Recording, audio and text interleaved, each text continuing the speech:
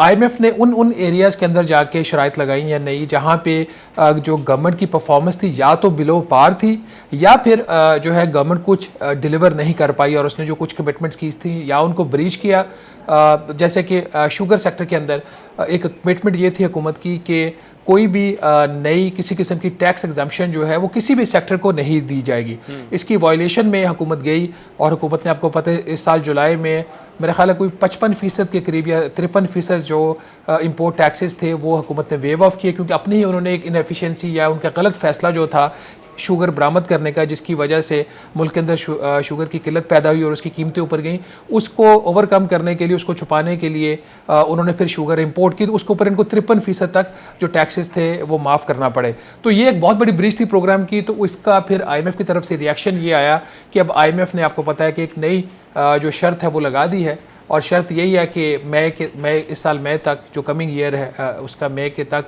हुकूमत जो है एक नई पॉलिसी तैयार करेगी और जो एक शुगर बैलेंस का इस मुल्क के अंदर कंट्रोल बना हुआ है, लीड कैप्चर है, उसको ब्रेक करने के लिए एक नई जो पॉलिसी है शुगर सेक्टर को डीरेगुलेट करने की, वो आएगी। इसी तरीके से आप देखें कुछ और बहुत सारे एरियाज थे जहाँ पे हुकूमत लैग कर रही थी। गवर्नेंस का इशू आपको पता है, करप्शन से रिलेटेड चीज़ें हैं, तो सर्विस डिलीवरी की चीज़ें हैं, तो उन एरियाज़ में जाके IMF ने जो नई शराइत है वो लगाई हैं।